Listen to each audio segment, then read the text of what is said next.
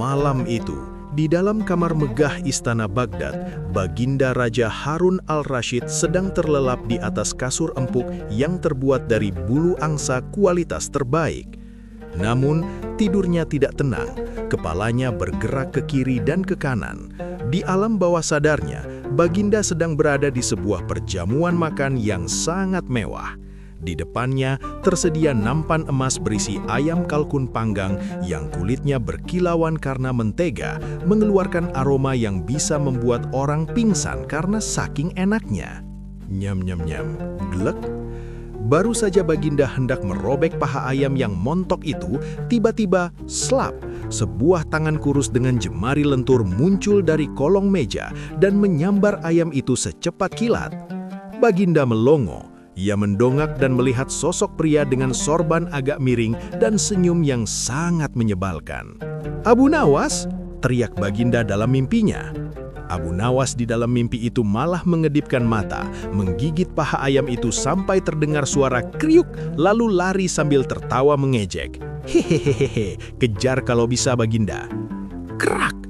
Baginda terbangun karena saking marahnya sampai ia tanpa sengaja menendang meja kecil di samping tempat tidurnya hingga terguling.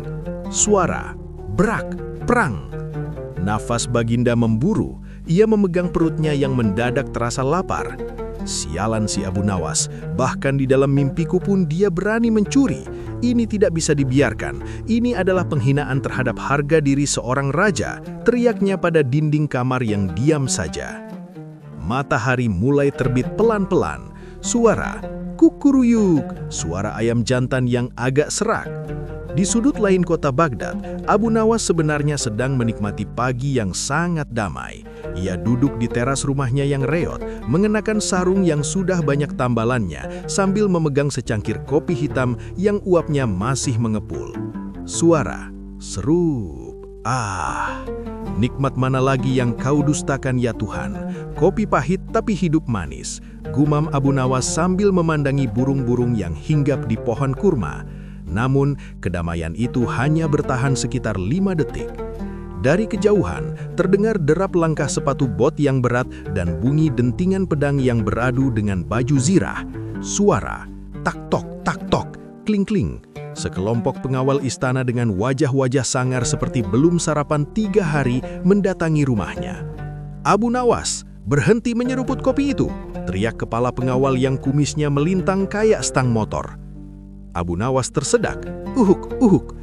Aduh bang, pelan-pelan dong kalau manggil, ini kopi hampir masuk ke paru-paru saya, bukan ke perut." "Jangan banyak alasan, sekarang kamu ditangkap. Baginda Raja menuduhmu melakukan tindakan kriminal berat tadi malam." "Kriminal berat? Tadi malam saya cuma di rumah bang, jangankan mencuri, mau niat jahat saja saya nggak sempat karena sibuk mijitin kaki istri saya yang pegal, abis nyuci piring satu komplek." "Bantah saja nanti di depan hakim, sekarang ikut." Pengawal itu menarik kerah baju Abu Nawas sampai ia hampir terseret. Istri Abu Nawas yang sedang di dapur mendengar keributan itu dan keluar sambil membawa ulekan sambal. Suara duk-duk-duk. "Heh, mau dibawa kemana suamiku yang paling ganteng sejagat raya itu? Belum juga dia benerin genteng bocor?"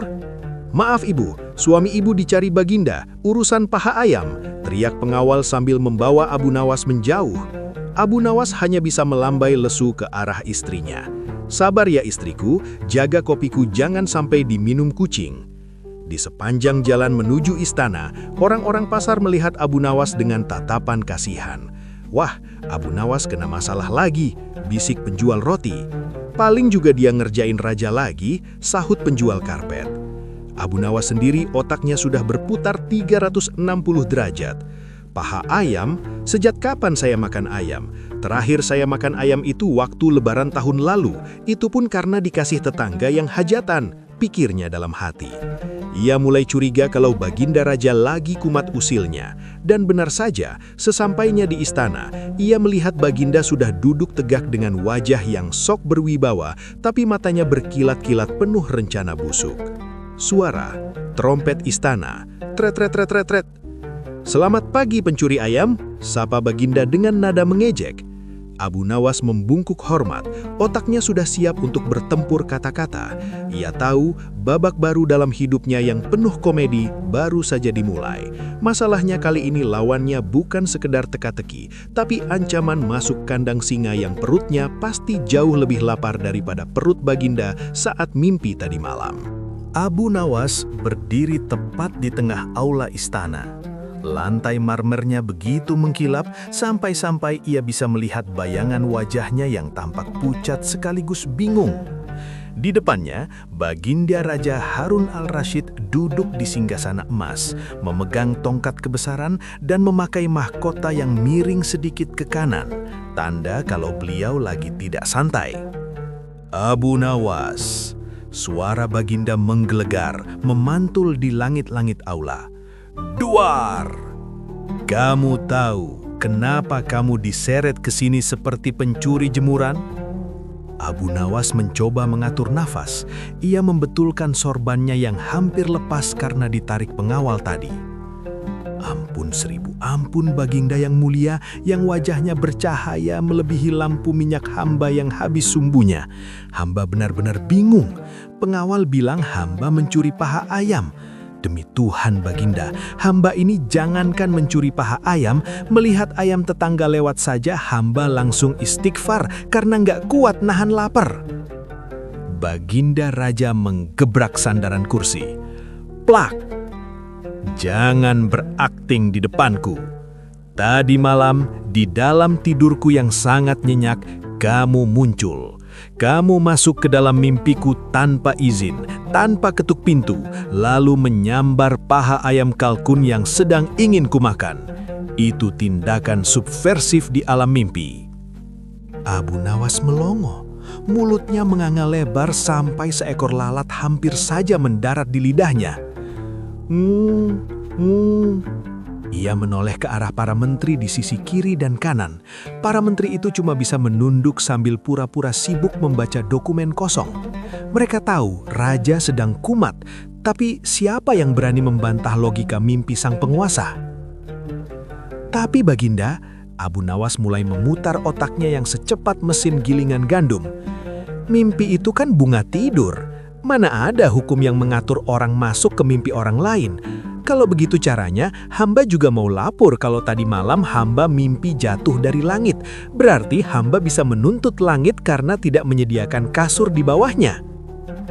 Baginda tertawa licik. Oh, tidak bisa Abu Nawas. Di kerajaan ini, aku adalah hukum. Jika aku bermimpi kamu mencuri, maka di mataku kamu adalah pencuri. Titik. Tidak pakai koma, apalagi tanda tanya. Abu Nawas terdiam sejenak. Ia mengelus jenggotnya yang tipis. Tiba-tiba matanya berbinar. Ia tahu bagaimana cara meladeni permainan gila ini. Oh, kalau begitu aturannya, hamba paham sekarang, kata Abu Nawas sambil manggut-manggut sok serius. Sebenarnya Baginda, hamba juga punya pengakuan. Tadi malam, di saat yang hampir bersamaan dengan mimpi Baginda, hamba juga bermimpi. Raja mengangkat alisnya. Oh ya? Mimpi apa kamu? Jangan bilang kamu mimpi jadi orang kaya, karena itu mustahil. Bukan Baginda, hamba bermimpi bahwa hamba adalah seorang kaisar yang sangat agung. Dan di dalam mimpi hamba itu, Baginda adalah pelayan pribadi hamba. Baginda bertugas mencuci baju hamba, membersihkan kandang ayam hamba, dan yang paling penting, Baginda sedang memijat kaki hamba karena hamba pegal habis keliling dunia dalam semalam. Hening seketika. Sret! Suara gesekan jubah raja yang mendadak berdiri. Wajah Raja Harun al-Rashid berubah dari kuning langsat menjadi merah muda, lalu merah tua dan hampir ungu. Apa kamu bilang? Kamu berani bermimpi menjadikanku pelayan? Itu penghinaan berat, itu pengkhianatan. Abu Nawas memasang wajah polos tanpa dosa. Loh, Baginda, jangan marah dulu. Tadi kan Baginda sendiri yang bilang kalau apa yang terjadi di mimpi itu dianggap nyata secara hukum. Jadi menurut hukum yang Baginda buat sendiri 1 menit yang lalu, seharusnya sekarang Baginda turun dari kursi itu, ambil baskom air hangat dan mulai mijitin kaki hamba yang bau ini. Ayo Baginda, hamba sudah siap. Strek, strek. Tutup mulutmu, teriak raja sampai kumisnya bergetar hebat. Para pengawal langsung menghunuskan tombak ke arah leher Abu Nawas. Kling, kling. Kamu ini benar-benar keterlaluan, Abu Nawas. Kamu menggunakan logikaku untuk menyerangku balik. Ini tidak bisa dibiarkan. Kamu telah menghina martabat raja di depan publik. Raja mondar-mandir di depan singgasananya dengan langkah gusar. Tap, tap, tap. Raja tahu kalau dia membiarkan Abu Nawas menang kali ini, besok-besok seluruh rakyat Baghdad akan bermimpi aneh-aneh tentangnya. Dia harus memberi pelajaran yang benar-benar bikin Abu Nawas kapok, bukan cuma sekedar debat kata-kata. Abu Nawas, kamu merasa pintar karena bisa memutarbalikkan kata-kata kan? Kata raja sambil tersenyum misterius yang mengerikan. Mari kita lihat apakah otakmu yang cerdik itu masih berfungsi kalau kamu berada di dalam kandang bersama 2 ekor singa yang belum makan selama 3 hari.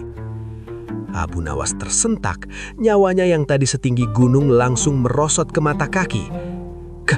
Kandang singa, Baginda, bukannya itu agak terlalu berlebihan untuk urusan mimpi paha ayam? Tidak ada kata berlebihan untuk orang yang menyuruh rajanya jadi tukang pijat. Pengawal, siapkan kandang besar di halaman belakang. Besok malam, Abu Nawas akan punya waktu kualitas dengan kucing-kucing besarku. Tawa jahat raja. Muahahaha, muahahaha. Abu Nawas tertunduk lesu. Kali ini ia benar-benar merasa telah masuk ke dalam lubang yang ia gali sendiri. Debat kusir itu berakhir dengan vonis mati yang sangat mengerikan. Ia membayangkan wajah singa yang lapar, taring yang tajam, dan bau mulut binatang buas itu. Mati aku, kali ini beneran jadi rendang aku, gumam Abu Nawas sambil berjalan keluar istana dengan langkah gontai. Sementara di belakangnya, suara tawa raja masih terngiang-ngiang, memantul di dinding-dinding istana yang dingin. Suara latar, guntur menggelegar di kejauhan. Duar! Diikuti suara hujan rintik-rintik yang menambah suasana suram. Abu Nawas berjalan keluar dari gerbang istana dengan bahu yang merosot seolah-olah ia sedang memanggul seluruh beban langit di pundaknya. Langkah kakinya yang biasanya ringan dan lincah kini terasa berat seperti di semen. Di telinganya, suara tawa Baginda Raja masih terengyang-enyang, berputar-putar seperti lalat yang mengerubungi tempat sampah. Muahahaha, muahahaha. Kandang singa, gumam Abu Nawas dengan bibir bergetar. Kenapa bukan kandang kelinci saja? Atau kandang kura-kura yang jalannya lambat jadi aku bisa lari? Ini singa, binatang yang kalau bersin saja bisa bikin orang pingsan. Sepanjang jalan menuju rumahnya, Abu Nawas menjadi pusat perhatian. Kabar tentang hukuman kandang singa telah menyebar lebih cepat daripada gosip diskon di pasar Baghdad. Orang-orang melihatnya dengan tatapan kasihan, seolah-olah melihat orang yang sudah terbungkus kain kafan padahal masih jalan kaki. Suara, bisik-bisik warga. Itu Abu Nawas kan? Kasihan ya, besok tinggal nama. Iya, kabarnya singanya sudah diasah giginya. Abu Nawas sampai di depan pintu rumahnya. Ia berhenti sejenak, menarik nafas sedalam-dalamnya, lalu mencoba memasang wajah ceria, sebuah keceriaan palsu yang lebih mirip orang sakit gigi. Ia mendorong pintu perlahan, suara kriet. Di dalam rumah, istrinya sedang sibuk menyiapkan makan malam yang sangat sederhana. 2 potong roti gandum yang kerasnya mirip batu bata dan semangkuk kuah kaldu encer. Suamiku sudah pulang, sapa istrinya tanpa menoleh. Gimana urusan paha ayamnya? Sudah beres? Raja kasih kamu hadiah emas karena sudah masuk ke mimpinya? Abu Nawas duduk di kursi kayu yang riot. Suara krek. Ia menatap istrinya dengan tatapan nanar. "Istriku, kamu tahu kan aku sayang padamu?" Istrinya langsung berhenti mengaduk kuah. Ia membalikkan badan, matanya menyipit penuh curiga. "Wah, kalau kamu sudah ngomong begitu, biasanya ada dua kemungkinan. Pertama, kamu menghilangkan uang belanja. Kedua, kamu bikin masalah besar lagi yang bikin aku harus ikut repot. Yang mana?" Yang kedua, istriku. Tapi ini agak lebih berbulu." "Berbulu? Kamu beli kucing baru?" "Bukan kucing kecil, tapi kucing besar yang punya surai lebat dan suka mengaum. Ger, ger." Abu Nawas mencoba menirukan suara singa, tapi malah terdengar seperti orang tersedak tulang ikan. Suara latar, keheningan yang mencekam selama 3 detik. Setelah Abu Nawas menceritakan tentang vonis Baginda Raja, rumah itu mendadak jadi sunyi senyap. Istrinya mematung, sendok kayu yang dipegangnya jatuh ke lantai. "Tang! Apa? Kandang singa?" teriak istrinya sampai genteng rumah mereka bergetar. "Abu Nawas, aku ini menikah denganmu supaya hidup tenang, bukan supaya jadi camilan singa. Kenapa kamu harus bawa-bawa namaku? Kenapa raja setega itu?" "Sabar istriku, sabar." Abu Nawas mencoba menenangkan. "Raja bilang kalau kita selamat, kita bakal dapat hadiah besar. Emas, permata, kita bisa beli rumah yang pintunya nggak bunyi kriet lagi." Istrinya mulai menangis sesenggukan, tapi tangisannya lama-lama berubah jadi omelan. "Dasar kamu laki-laki nggak bener. Gimana mau menikmati emas kalau kita sudah jadi kotoran singa besok pagi? Kamu tahu kan, singa itu nggak pilih-pilih. Mereka nggak peduli kamu itu cerdik atau bodoh, yang penting kenyang." Abu Nawas menutup telinganya. Omelan istrinya ternyata lebih nyaring daripada auman singa manapun. Tapi di tengah keributan itu, otak Abu Nawas mulai bekerja. Ia tidak boleh menyerah. Ia dikenal sebagai manusia paling licin di Baghdad. Masa kalah sama kucing besar yang cuma menang di otot doang? "Istriku, berhenti menangis. Dengar," kata Abu Nawas dengan suara tegas yang jarang ia tunjukkan. "Kita punya waktu sampai besok sore sebelum pengawal menjemput. Kita harus bersiap. Aku punya rencana." Istrinya menghapus air mata dengan ujung daster. "Rencana apa? Mau bawa tameng atau mau bawa racun?" "Bukan.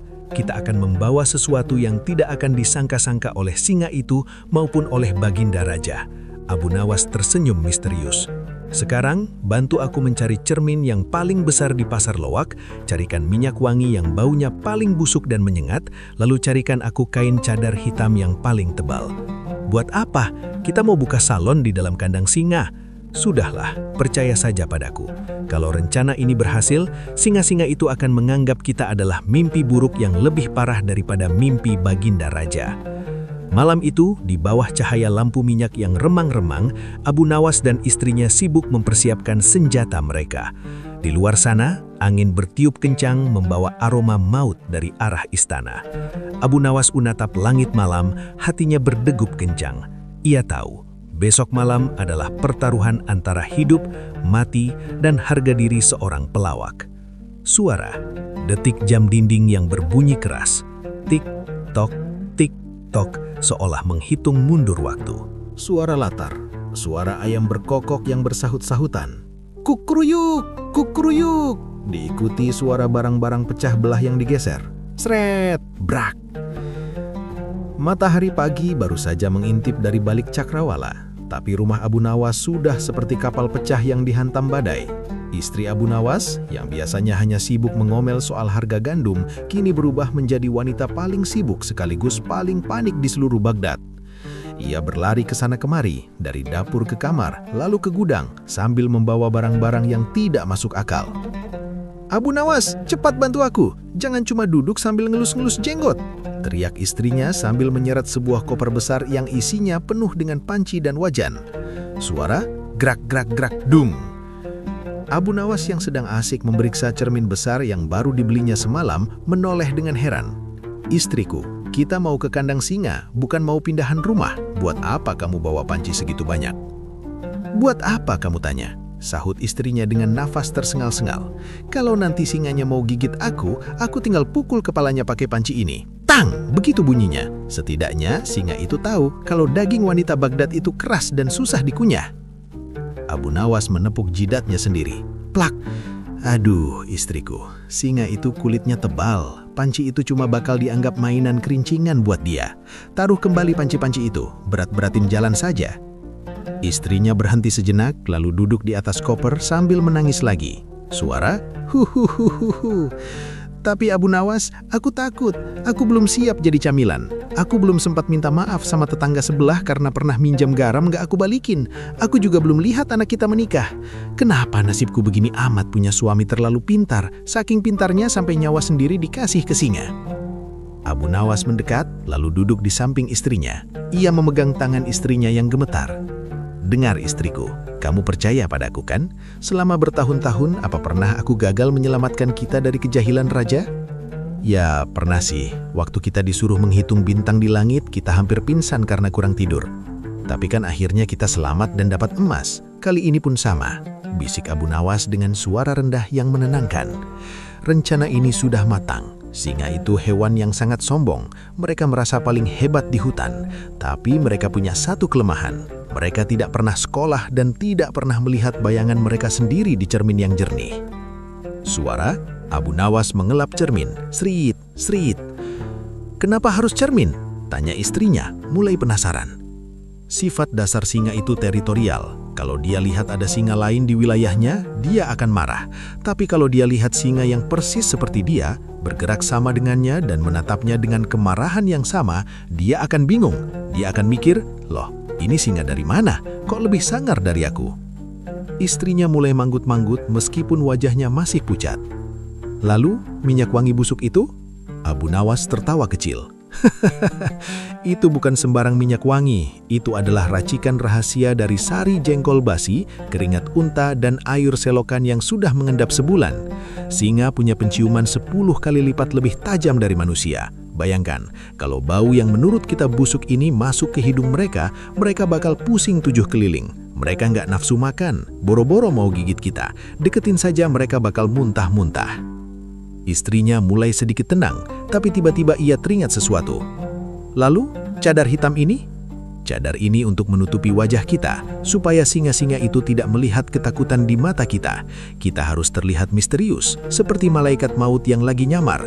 Kalau kita takut, mereka makin berani. Tapi kalau kita tenang dan diam, mereka yang akan ketakutan. Sepanjang siang itu, Abu Nawas melatih istrinya. Ayo, coba pasang muka galak di balik cadar, perintah Abu Nawas. Istrinya mencoba. Suara grrr. Tapi malah terdengar seperti suara kucing minta makan. Bukan begitu, harus lebih seram. Bayangkan kamu lagi nagih hutang ke tukang sayur yang gak bayar-bayar. Istrinya langsung berubah, matanya melotot tajam, badannya tegak, dan auranya mendadak jadi sangat mengintimidasi. Nah, itu baru istriku, seru Abu Nawas senang. Singa-singa itu pasti bakal mikir 2 kali kalau melihatmu begitu. Namun saat sore mulai menjelang dan bayangan pohon kurma mulai memanjang, ketakutan itu datang lagi. Dari jauhan terdengar suara trompet istana yang melengking. Suara tret, tret, tret, tret. Itu tandanya pengawal sudah hampir sampai untuk menjemput mereka menuju makan malam terakhir. Istri Abu Nawas kembali lemas. Ia memeluk tiang rumahnya erat-erat. Abu Nawas, kalau nanti aku dimakan duluan, tolong bilang ke Baginda Raja kalau dia itu ganteng-ganteng tapi pelit. Abu Nawas menarik tangan istrinya. Ayo, berdiri, jangan malu-maluin keluarga. Kita berangkat dengan kepala tegak. Ingat, cermin, bau busuk, dan cadar hitam. Itu kuncinya. Dengan langkah yang mencoba dibuat mantap, pasangan suami istri itu berjalan keluar rumah menemui para pengawal yang sudah menunggu dengan kereta besi tertutup. Seluruh penduduk Baghdad keluar ke jalanan, memberikan penghormatan terakhir yang membuat suasana makin terasa seperti prosesi pemakaman. Suara latar, suara genderang perang yang ditabuh pelan. Duk, duk, duk, duk. Selamat jalan Abu Nawas, semoga singanya lagi sariawan, teriak salah satu tetangga. Abu Nawas hanya melambaikan tangan dengan gaya seperti seorang pahlawan yang mau pergi perang. Padahal di dalam hatinya ia terus berdoa, ya Tuhan, semoga singanya hari ini lagi diet karbohidrat. Suara latar, suara roda kereta kuda yang berderit di atas jalanan berbatu. Kriet, gubrak, kriet. Diikuti suara rantai besi yang beradu. Kling, kling.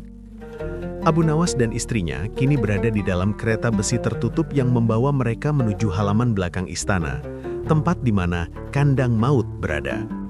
Di dalam kereta yang gelap itu, Bau minyak wangi racikan Abu Nawas sudah mulai memenuhi ruangan. Baunya benar-benar ajaib. Perpaduan antara kaos kaki yang tidak dicuci setahun dengan bangkai tikus yang direndam cuka.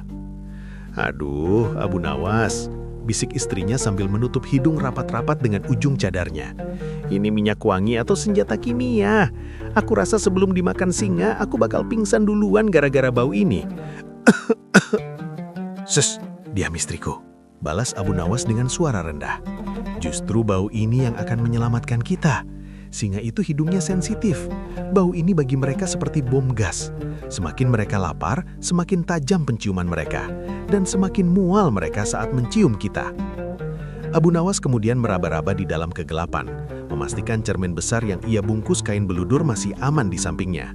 Ia juga memegang cadar hitam ekstra yang sudah ia siapkan.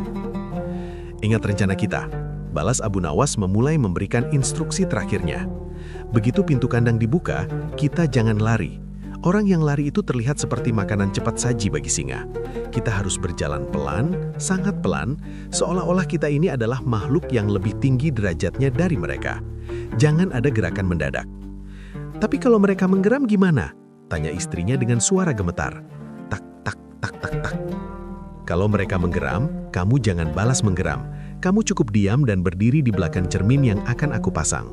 Biarkan mereka berdebat dengan bayangan mereka sendiri. Dan satu lagi, pakai cadar hitam ini sampai menutupi seluruh wajahmu, kecuali mata. Kita harus terlihat seperti bayangan yang tidak punya nyawa." Tiba-tiba, kereta berhenti dengan sentakan keras. Cekit! Pintu kereta dibuka dari luar oleh pengawal. Cahaya obor yang terang benderang langsung menusuk mata mereka. Di depan mereka berdiri gerbang besi raksasa yang di dalamnya terdengar suara yang paling mengerikan yang pernah mereka dengar seumur hidup. Suara latar, auman singa yang sangat berat dan bergetar. Roar!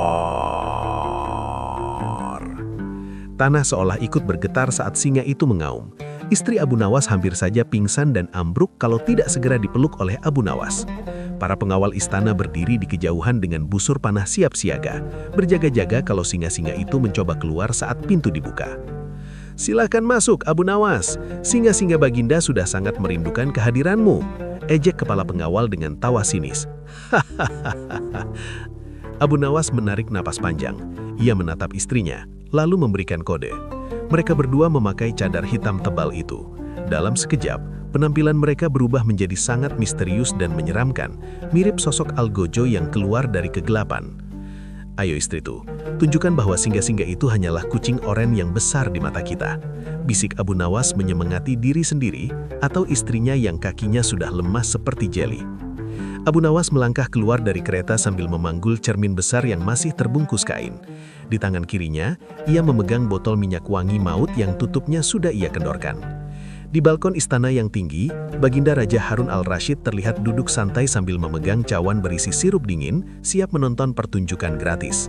Raja tersenyum lebar. "Kita lihat Abu Nawas, apakah kata-katamu bisa lebih tajam dari taring singa-singaku?" gumam Raja. Serup. Pintu kandang besi raksasa itu mulai dikerek ke atas. Krek, krek. Kegelapan di dalam kandang itu seolah menelan cahaya obor. Dan dari kegelapan itu, muncul dua pasang mata berwarna kuning menyala yang menatap tajam ke arah Abu Nawas dan istrinya. Bau amis daging dan aura predator yang kuat keluar dari sana. Abu Nawas tidak mundur selangkah pun. Ia justru maju dengan gerakan yang sangat tenang, sangat lambat, dan sangat penuh percaya diri. Istrinya mengikuti di belakang memegangi ujung baju Abu Nawas dengan kekuatan yang cukup untuk merobek kain. "Selamat malam, wahai Raja Hutan," bisik Abu Nawas pelan, tapi suaranya terdengar sangat mantap. "Aku membawa hadiah untuk kalian." Lalu Abu Nawas membuka botol minyak wangi itu sedikit lebih lebar. Seketika, bau busuk yang dahsyat menyeruak ke udara, bertabrakan dengan bau amis kandang. Singa-singa itu, yang tadinya siap merenjang, tiba-tiba berhenti di tempat. Salah satu singa mulai menggelengkan kepalanya dengan bingung. "Hatsu, hatsu!" Singa itu bersin. Inilah awal dari strategi rahasia Abu Nawas. Sebuah pertunjukan di mana logika akan bertarung melawan insting liar, dan bau busuk akan menjadi pahlawan yang tak terduga. Suara gerbang besi yang ditarik ke atas dengan rantai berat. Krik!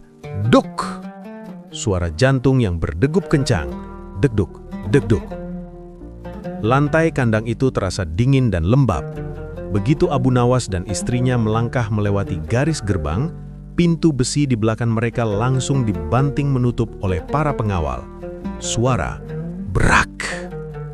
Mereka kini resmi terjebak dalam ruang gelap seluas lapangan tenis, ditemani oleh 2 ekor predator puncak yang belum melihat makanan selain bayangan mereka sendiri. "Abu Nawas, aku nggak bisa napas," bisik istrinya di balik cadar.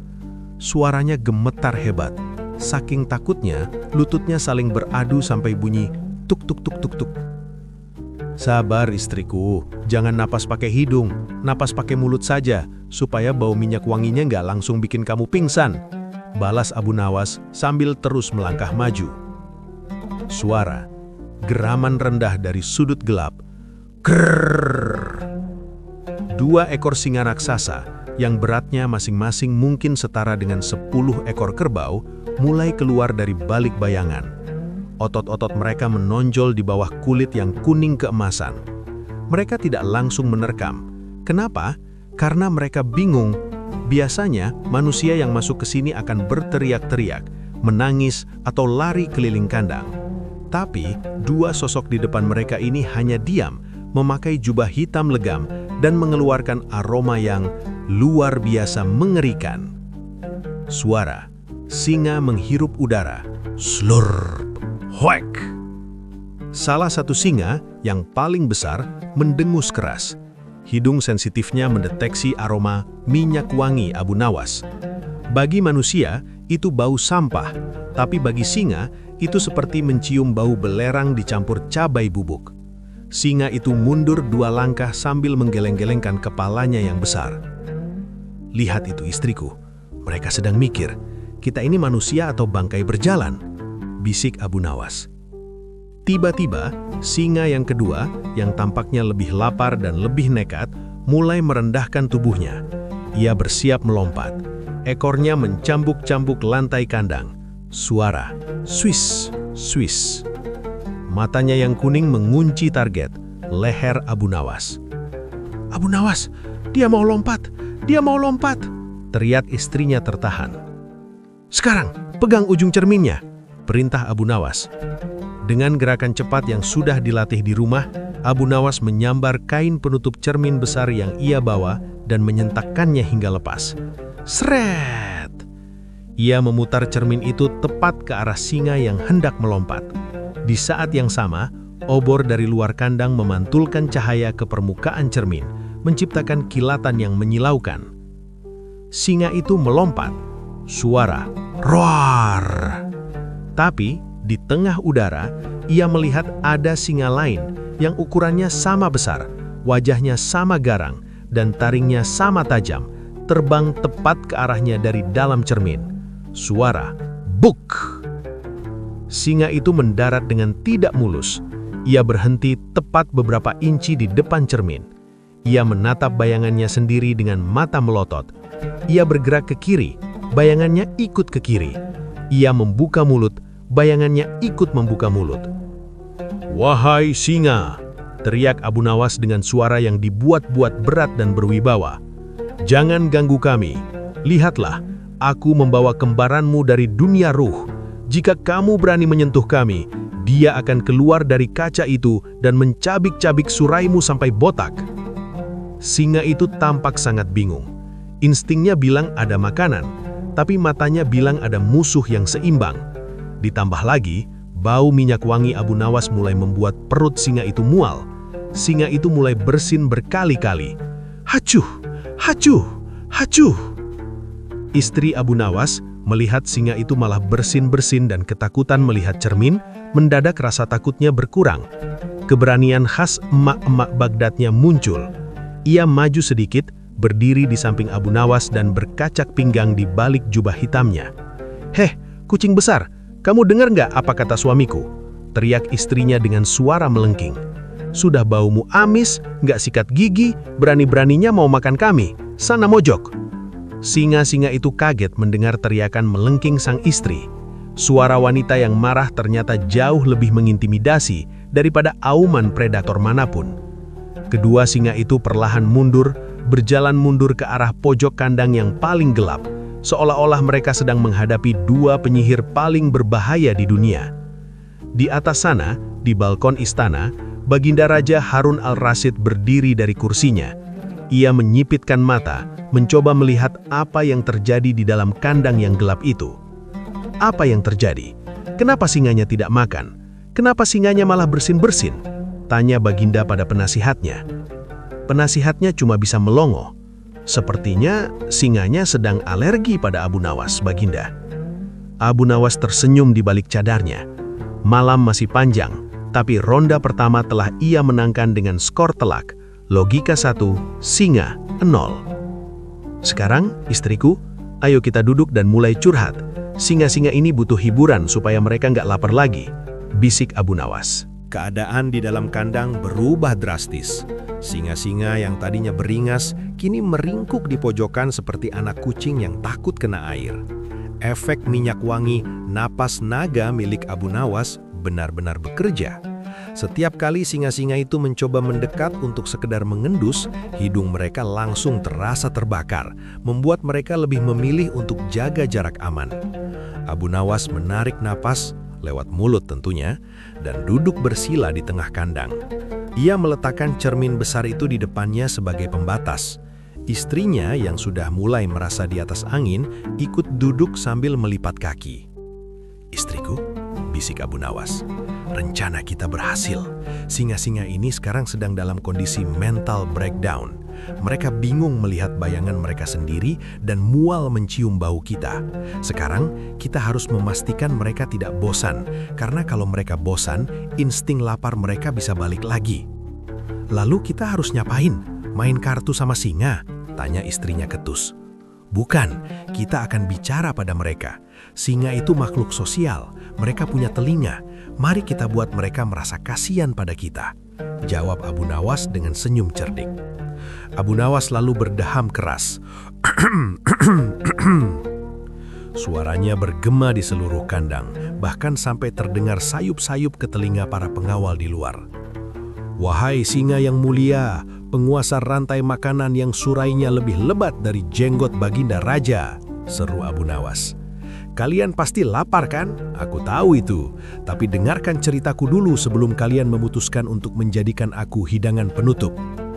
Singa yang paling besar hanya menatap Abu Nawas dengan mata sayu, seolah-olah ia sedang menonton acara televisi yang membosankan. "Kalian pikir hidup sebagai singa itu susah? Oh, kalian salah besar," lanjut Abu Nawas sambil mulai berekspresi sedih. "Kalian di sini cuma tidur, mengaum, dan dikasih makan daging segar setiap hari oleh Baginda Raja. Kalian gak perlu mikirin cicilan rumah yang belum lunas. Kalian gak perlu pusing kalau harga gandum naik." "Betul itu, kalian gak perlu nyuci baju satu ember penuh setiap pagi sampai tangan kapalan. Kalian juga gak perlu punya suami yang kalau tidur ngoroknya lebih kencang dari auman kalian." Abu Nawas melotot ke arah istrinya. Abu Nawas melanjutkan aktingnya. Ia mulai menceritakan betapa sulitnya hidup sebagai rakyat kecil yang sering dikerjarin oleh raja yang sedang iseng. Ia bercerita tentang hutangnya di warung sebelah, tentang genteng rumahnya yang bocor kalau hujan, sampai cerita tentang bagaimana ia harus memutar otak setiap hari hanya untuk bertahan hidup dari jebakan-jebakan logika Baginda. "Jadi, wahai singa, kalau kalian memakan kami sekarang, kalian bukan cuma makan daging yang alot dan bau minyak wangi ini, tapi kalian juga akan menelan semua masalah hidup kami.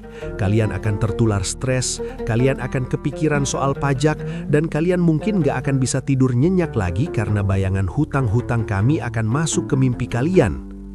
Ajaibnya, singa-singa itu benar-benar diam. Mereka menatap Abu Nawas dengan tatapan yang seolah-olah berkata, "Duh, kasihan banget ya manusia ini. Mending gue makan rumput daripada makan orang yang hidupnya seribet ini."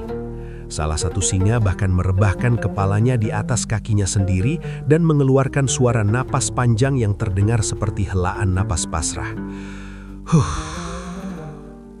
Di balkon istana, Baginda Raja Harun al-Rasyid mulai merasa ada yang aneh.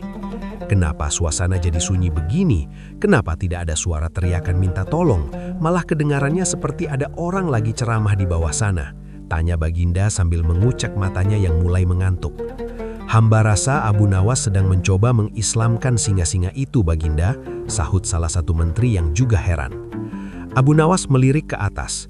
Ia tahu raja sedang memerhatikan. Ia pun makin mengeraskan suaranya.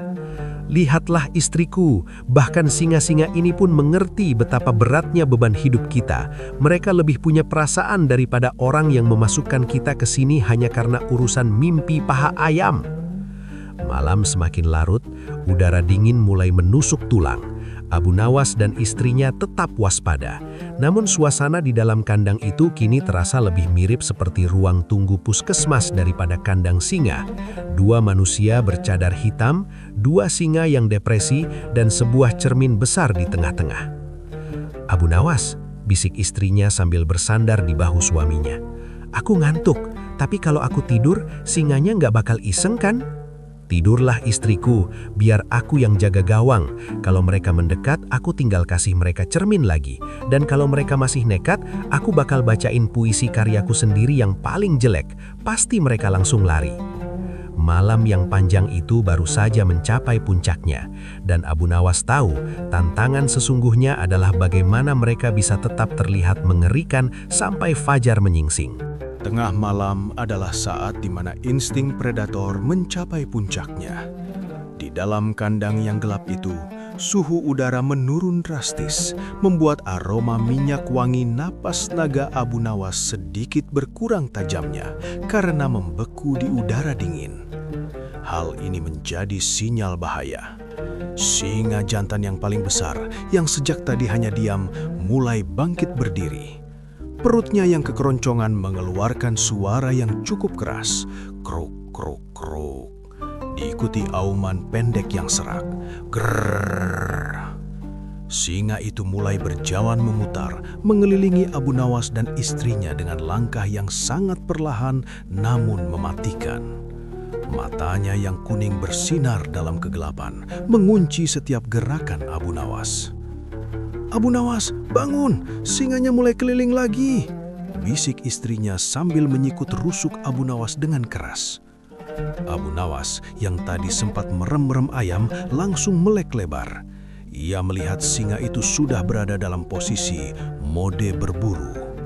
Jika singa itu menyerang sekarang, minyak wangi saja tidak akan cukup untuk menahannya. "Istriku, pegang obor kecil ini, arahkan cahayanya tepat ke belakang kepalaku," perintah Abu Nawas pelan. Abu Nawas segera mengangkat cermin besar itu dengan kedua tangannya. Ia mencondongkan cermin itu sedikit ke depan, mengikuti arah gerak singa tersebut. Suara langkah kaki singa di atas lantai batu. Tik, tik, tik. Setiap kali singa itu bergerak ke kiri, Abu Nawas memutar cerminnya ke kiri. Karena cahaya obor dari balik punggung Abu Nawas memantul ke permukaan cermin, singa itu mendadak melihat singa misterius muncul dari cahaya yang sangat silau. "Heh, singa, lihat ini!" seru Abu Nawas. "Ini adalah roh leluhurmu yang aku panggil dari dasar kaca ajaib ini. Lihat betapa marah dia padamu karena kamu ingin memakan tamu Baginda." Singa itu berhenti. Ia menatap ke dalam cermin. Karena cermin itu diletakkan sedikit miring, bayangan singa di dalamnya tampak jauh lebih besar dan lebih tinggi dari aslinya. Ditambah lagi, karena Abu Nawas terus menggoyang-goyangkan cerminnya sedikit, bayangan singa itu tampak seolah-olah sedang bersiap untuk menerkam balik dengan gerakan yang tidak terduga. Suara singa itu menggeram. Grrrr. Bayangan di cermin pun menggeram balik dengan ekspresi yang sama persis. Singa asli itu mencoba memukul cermin dengan cakar depannya. Shred! Bunyi kuku singa beradu dengan kaca. Abu Nawas tidak panik. Ia justru berteriak, "Hati-hati, kalau kamu pecahkan kaca ini, roh itu akan keluar dan kamu akan berubah jadi kucing pasar yang kurus kering." Singa itu menarik cakarnya kembali. Ia tampak benar-benar bingung secara mental. Sepanjang hidupnya di hutan maupun di kandang istana, ia tidak pernah bertemu dengan makhluk yang bisa meniru setiap gerakannya dengan sempurna, namun tidak berbau seperti daging segar karena tertutup bau minyak wangi. "Abu Nawas, singanya kelihatan pusing," bisik istrinya. Memang itu tujuannya. Dia sedang berdebat dengan dirinya sendiri. Dalam psikologi singa, ini disebut krisis identitas. Selama hampir 1 jam, terjadi aksi adu tatap antara singa asli dan singa cermin. Setiap kali singa asli itu menunjukkan taringnya, si singa cermin pun menunjukkan taring yang sama tajamnya. Singa asli itu mulai frustrasi. Ia mencoba mendekati cermin dari arah samping, tapi Abu Nawas dengan lincah memutar cermin itu sehingga singa tersebut selalu berhadapan dengan mukanya sendiri. Suara singa itu akhirnya menyerah dan mengeluarkan suara rengikan kecil. Akhirnya, singa besar itu memilih untuk duduk kembali dan membuang muka. Ia seolah-olah merasa malu karena kalah berdebat dengan bayangannya sendiri. Singa yang satu lagi, yang lebih kecil, hanya menonton dari kejauhan sambil menjilati kakinya, seolah-olah tidak mau ikut campur dalam urusan singa gila di dalam kaca itu. Sukses, desah Abu Nawas sambil menurunkan cerminnya yang terasa mulai berat. Tanganku pegal juga istriku. Sini, biar aku pijitin sebentar, kata istrinya yang mulai merasa bangga pada suaminya. Tapi ingat ya, kalau kita selamat, emas dari raja harus buat kalung baru, kalung emas yang lebih besar dari surai singa itu. Iya, jangankan kalung, toko emasnya pun kalau perlu kita beli, canda Abu Nawas. Di luar kandang, para pengawal yang berjaga mulai merasa heran. Kenapa singanya tidak ada suara berantem, malah kedengarannya seperti orang lagi ngobrol santai, bisik salah satu pengawal. Jangan-jangan singanya sudah berteman sama Abu Nawas. Malam masih menyisakan beberapa jam lagi sebelum fajar. Abu Nawas tahu tantangan berikutnya adalah rasa kantuk yang luar biasa yang bisa membuat pertahanannya runtuh. Ia harus terus terjaga karena sekali saja ia tertidur dan cermin itu jatuh, singa-singa itu mungkin akan menyadari bahwa roh leluhur mereka hanyalah selembar kaca. Memasuki sepertiga malam terakhir, tantangan baru muncul. Udara yang sangat dingin membuat indera penciuman singa menjadi lebih sensitif untuk mencari sumber panas, alias daging segar.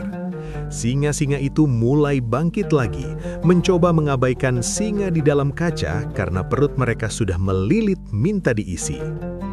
Abu Nawas, mereka mendekat lagi. Kali ini mereka nggak lihat cermin, mereka lihat kakiku. Bisik istrinya panik sambil menarik kakinya rapat-rapat. Abu Nawas melihat botol minyak wanginya tinggal setengah. Ia tahu kalau cuma dioleskan sedikit, baunya akan cepat hilang tertiup angin malam yang kencang. Ia harus melakukan sesuatu yang lebih ekstrim. Istriku, ingat kain cadar ekstra yang aku bawa?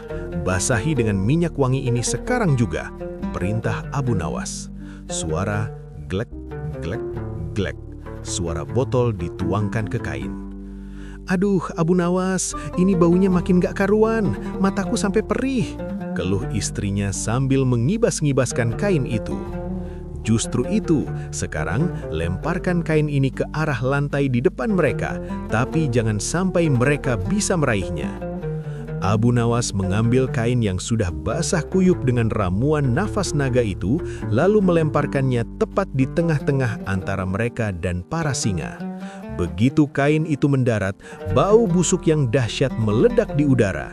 Bau jengkol basi, belerang, dan aroma ketiak unta yang mengendap seolah menyatu menjadi satu kekuatan goib.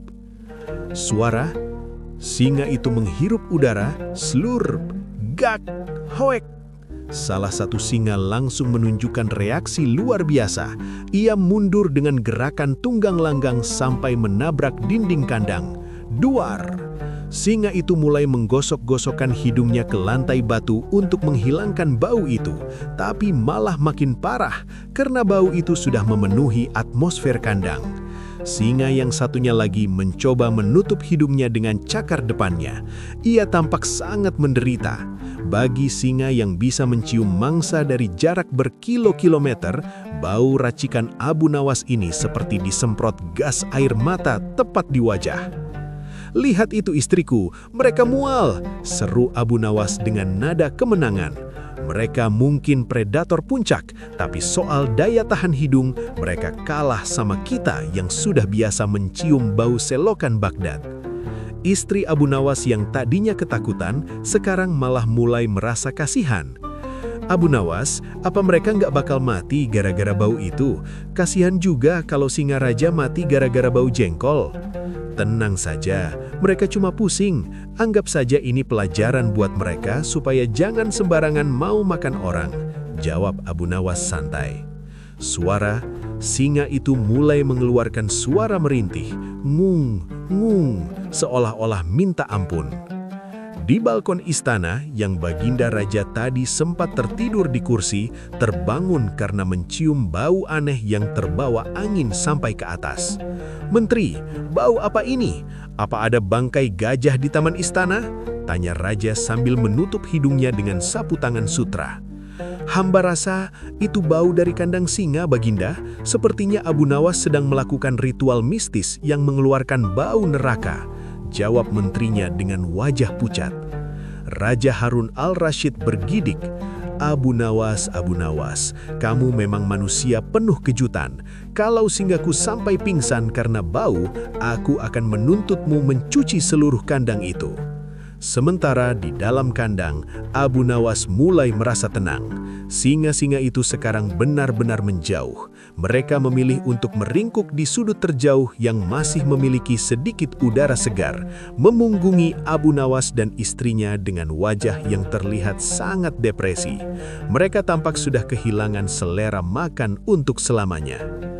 "Sekarang kita bisa istirahat sebentar, istriku," kata Abu Nawas sambil menyandarkan kepalanya ke dinding. "Minyak wangi ini akan bertahan sampai pagi. Singa-singa itu tidak akan berani mendekat dalam radius 5 meter.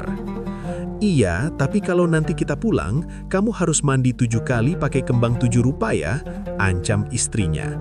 "Aku nggak mau tidur sama laki-laki yang baunya kayak bangkai unta." Abu Nawas hanya tertawa kecil. Di tengah bau yang menyengat dan ancaman maut, ia merasa bangga. Ia telah membuktikan bahwa kecerdikan dan sedikit bau busuk bisa mengalahkan kekuatan fisik yang paling buas sekalipun. Suasana kandang kini sudah tidak mencekam lagi. Malah kalau ada orang lewat, mereka mungkin mengira ini adalah penginapan murah yang sirkulasi udaranya buruk. Bau minyak wangi Abu Nawas sudah mulai stabil di udara, menciptakan zona larang sentuh bagi para singa. Istri Abu Nawas akhirnya tertidur lelap karena kelelahan emosional. Kepalanya bersandar di bahu Abu Nawas.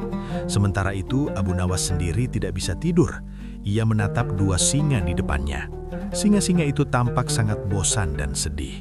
Mereka tidak lagi menatap Abu Nawas sebagai makanan, melainkan sebagai teman sekamar yang sangat mengganggu penciuman. Abu Nawas merasa kasihan melihat singa-singa itu. "Heh, kamu yang gede," bisik Abu Nawas sambil menunjuk singa jantan yang tadi paling galak. "Jangan cemberut begitu dong. Aku tahu kamu lapar, tapi ya jangan aku juga yang dimakan. Aku ini dagingnya alot, kebanyakan mikir. Nanti otakmu malah jadi pusing kalau makan aku." Singa itu hanya mengerjapkan matanya yang besar, lalu mengeluarkan suara "hemf" panjang, seolah-olah sedang menanggapi curhatan Abu Nawas. "Kamu tahu nggak?" lanjut Abu Nawas, kali ini volumenya agak dikeraskan biar suaranya terdengar sampai ke telinga pengawal di luar yang mungkin lagi nguping. "Sebenarnya kita ini sama. Kamu dipenjara di kandang ini buat pameran kekuatan raja, sedangkan aku dipenjara dalam aturan-aturan konyol raja setiap hari. Bedanya, kamu dikasih daging gratis, kalau aku harus nyari sendiri sampai encok." Suara itu menguap lebar. "Wah, terdengar bunyi tulang rahangnya yang beradu, krek. "Tuh kan, kamu saja bosan dengar ceritaku," kata Abu Nawas sambil terkekeh. "Tapi serius, hidup di Baghdad itu berat. Kemarin saja aku disuruh memindahkan istana ke puncak gunung. Bayangkan, apa aku ini jin lampu Aladin? Terus sekarang gara-gara mimpi paha ayam, aku harus di sini bareng kamu. Kamu juga sih, kenapa mau-mauan jadi singa peliharaan? Harusnya kamu lari ke hutan, cari singa betina yang cantik, terus bikin kerajaan sendiri di sana." Singa itu tampak memiringkan kepalanya. Mungkin ia merasa Abu Nawas adalah satu-satunya manusia yang mengajaknya berbicara sebagai sesama makhluk hidup, bukan sebagai tontonan.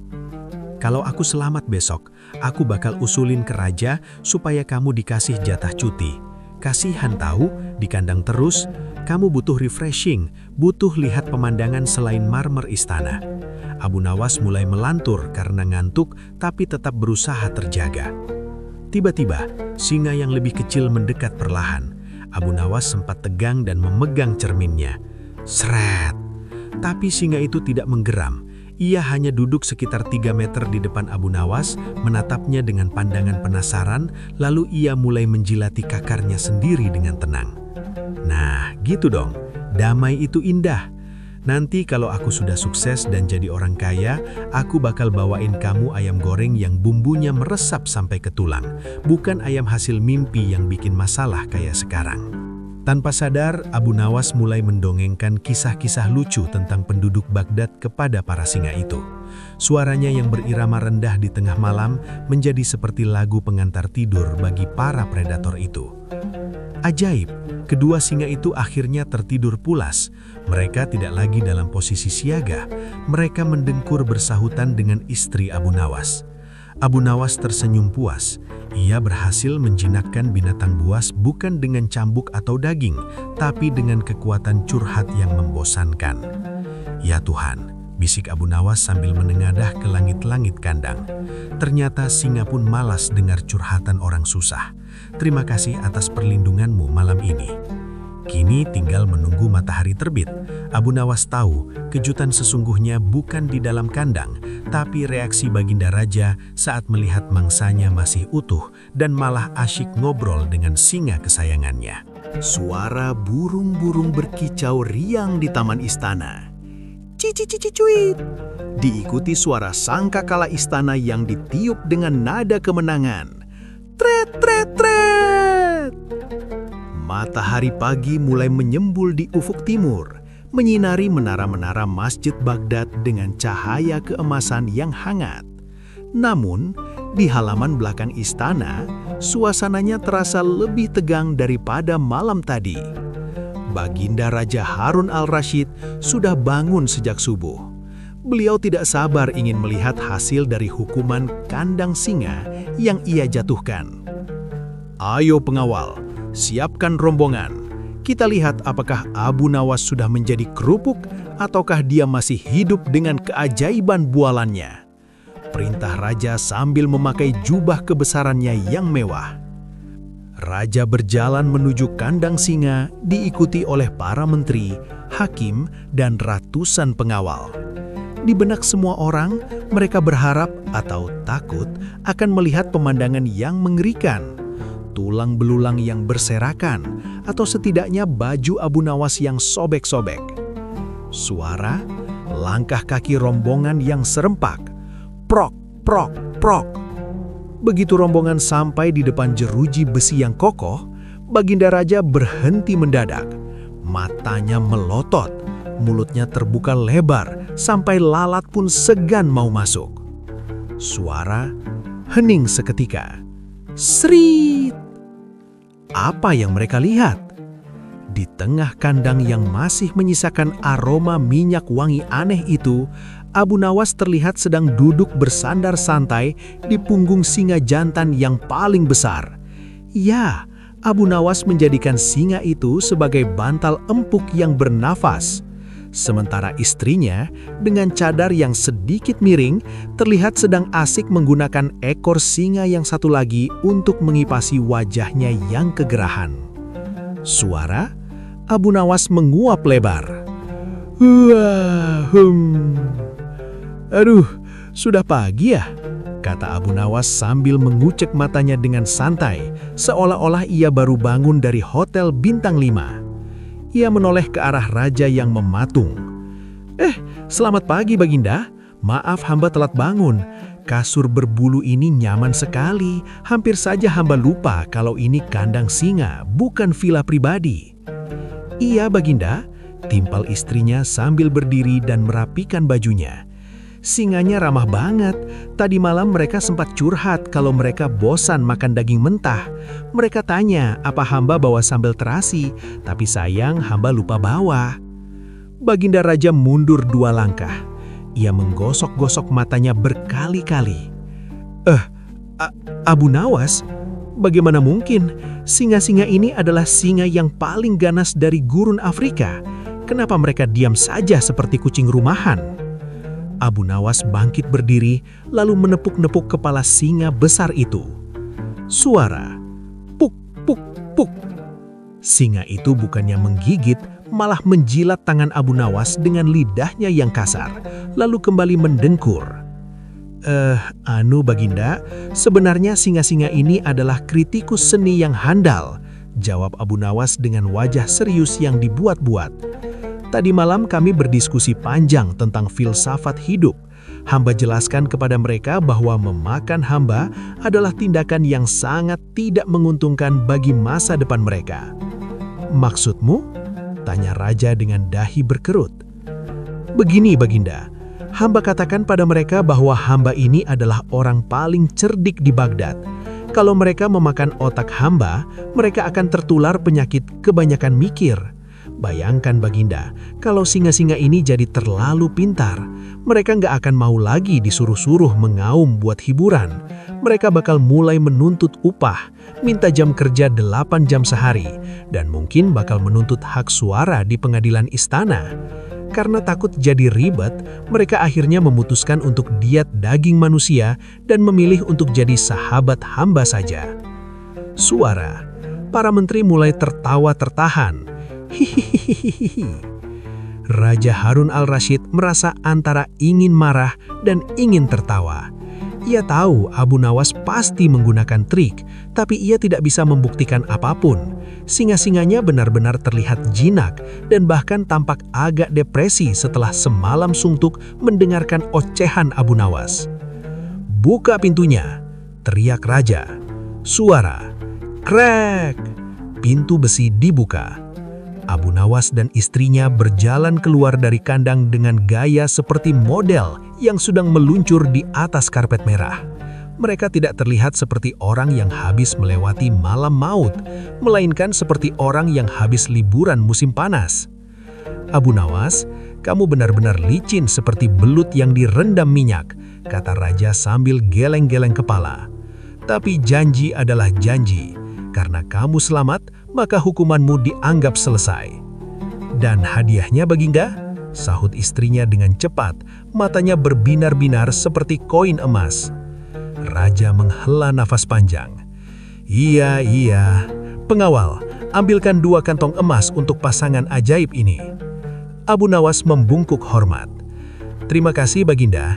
Lain kali kalau Baginda bermimpi tentang paha ayam lagi, tolong mimpikan saja hamba sedang makan di restoran, jadi hamba nggak perlu masuk kandang singa lagi." Raja hanya bisa terbahak-bahak mendengar sindiran itu. Namun cerita ini belum berakhir di sini. Abu Nawas masih harus memberikan logika penutup yang akan membuat raja kapok untuk menjebaknya lagi. Di hadapan seluruh penghuni istana, Abu Nawas berdiri dengan dada membusung. Di sampingnya, sang istri sedang memeluk erat 2 kantong besar berisi emas, seolah-olah kantong itu adalah bayi yang baru lahir. Baginda Raja Harun al-Rashid turun dari balkon dan mendekati Abu Nawas. Beliau masih merasa ada yang mengganjal di hatinya. Sebagai seorang penguasa, ia merasa sedikit malu karena singa-singanya yang ditakuti seluruh negeri justru tampak seperti peliharaan manis di depan Abu Nawas. "Tunggu dulu, Abu Nawas," seru Baginda sambil mengangkat tangannya. Sret! Langkah kaki raja berhenti tepat di depan hidung Abu Nawas. "Hamba, Baginda," jawab Abu Nawas dengan wajah polos yang sangat menyebalkan. "Aku masih tidak habis pikir. Tadi malam aku melihat dari jauh singa-singaku bersin-bersin dan menggelengkan kepala seperti orang mabuk. Sekarang mereka tampak lesu. Katakan padaku yang sejujurnya, ilmu hitam apa yang kamu pakai? Apakah kamu menyihir mereka dengan mantra kuno?" Abu Nawas tersenyum lebar. Ia tahu ini adalah saatnya memberikan pukulan logika terakhir agar raja tidak lagi menggunakan mimpi sebagai alat hukum. "Ampun, Baginda yang mulia, hamba tidak pakai ilmu hitam, hamba juga tidak pakai mantra.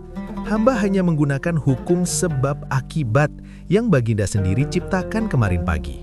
Jawab Abu Nawas kalem. Raja mengernyitkan dahi. Hukum sebab akibat buatanku?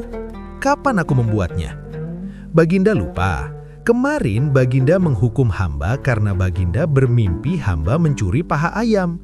Baginda bilang apa yang terjadi di alam mimpi adalah kenyataan yang sah secara hukum, kan? Benar, jawab Raja tegas. Nah, begini ceritanya.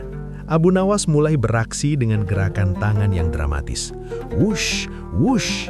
Di dalam mimpi hamba itu, hamba bermimpi bahwa hamba adalah seorang raja singa yang sangat besar, sangat galak, dan sangat berkuasa. Dan singa-singa di dalam kandang itu, di dalam mimpi hamba, mereka hanyalah rakyat hamba yang sedang sakit flu berat karena kehujanan. Karena di dalam mimpi hamba adalah raja mereka, maka secara otomatis di dunia nyata mereka jadi segan dan takut pada hamba. Raja melongo. Loh, mana bisa begitu? Itu kan cuma mimpimu. Loh, Baginda, jangan pilih kasih, balas Abu Nawas dengan nada mengejek yang halus. Kalau mimpi Baginda tentang paha ayam bisa membuat hamba masuk kandang maut, maka mimpi hamba tentang menjadi raja singa juga harus diakui sebagai kenyataan yang membuat singa-singa itu jadi jinat. Kalau Baginda menolak logika mimpi hamba, berarti hukuman Baginda kepada hamba kemarin juga tidak sah, dan Baginda harus mengembalikan nama baik hamba serta menambah hadiah emasnya karena sudah salah tangkap. Suara hening sejenak, lalu duar. Suara menteri pecah tak tertahankan. Raja Harun tersegun. Ia merasa terjebak dalam jaring laba-laba logikanya sendiri. Jika ia membantah Abu Nawas, ia akan terlihat seperti raja yang plin-plan. Jika ia membenarkan Abu Nawas, ia harus mengakui bahwa ia kalah cerdik. Raja Harun akhirnya tertawa bahak-bahak sampai memegangi perutnya. Abu Nawas, kamu memang iblis kecil yang pintar bersilat lidah. Kamu menggunakan mimpimu untuk menghancurkan mimpiku.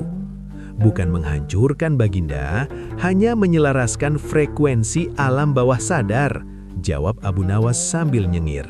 Sudah, bawa istrimu dan emas-emas itu pulang, kata Raja sambil melambaikan tangan.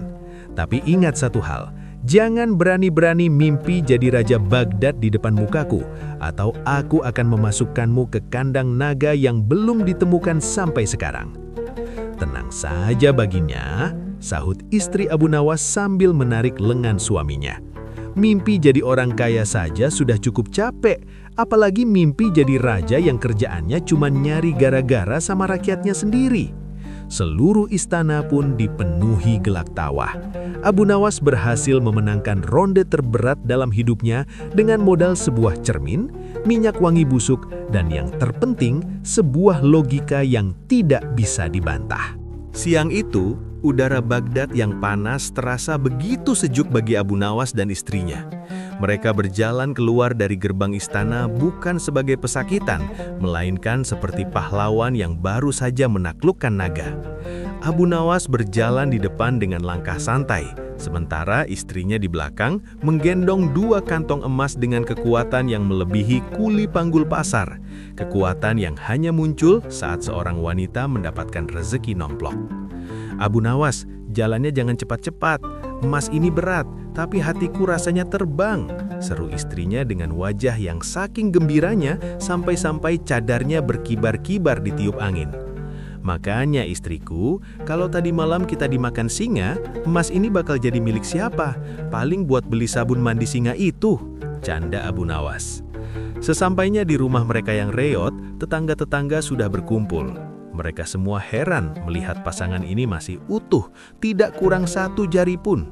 Loh, Abu Nawas, kamu nggak jadi dimakan? Singanya lagi puasa ya? Bukan puasa, bapak-bapak dan ibu-ibu, jawab Abu Nawas sambil berdiri di atas kursi terasnya yang hampir patah. Krek, singa-singa itu ternyata sangat sopan. Mereka tahu kalau makan orang sepintar aku, mereka bakal kena diare otak selama 7 turunan. Istrinya segera masuk ke dalam rumah dan mengunci pintu rapat-rapat.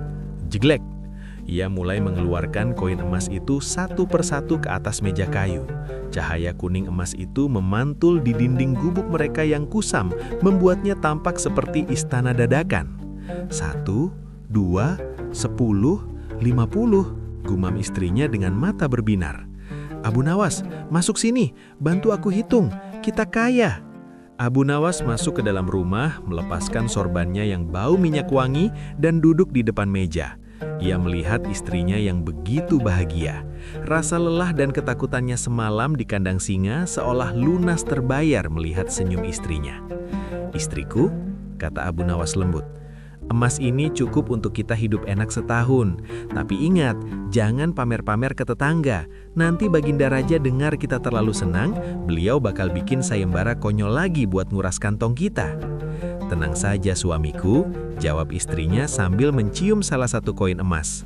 "Muah, besok aku cuma mau beli gandum kualitas nomor 1, daster baru yang gak ada tambalannya, dan satu hal lagi." "Apa itu?" "Cermin yang lebih besar dari yang kamu bawa kemarin, supaya kalau kamu bikin masalah lagi, aku bisa latihan pasang muka singa di depan kaca setiap hari." Abu Nawas terpingkal-pingkal. Hahaha. Ia mengambil cangkir kopinya yang kemarin sempat ditinggalkan begitu saja. Meskipun kopinya sudah dingin dan ada lalat yang berenang di dalamnya, Abu Nawas tetap meminumnya dengan nikmat. Srup. Hidup ini memang aneh istriku. Kemarin kita hampir mati gara-gara mimpi paha ayam orang lain. Hari ini kita kaya raya gara-gara mimpi jadi raja singa milik kita sendiri. Intinya, jangan pernah takut bermimpi, tapi pastikan kamu punya logika buat ngebela mimpi itu kalau ditagih sama raja.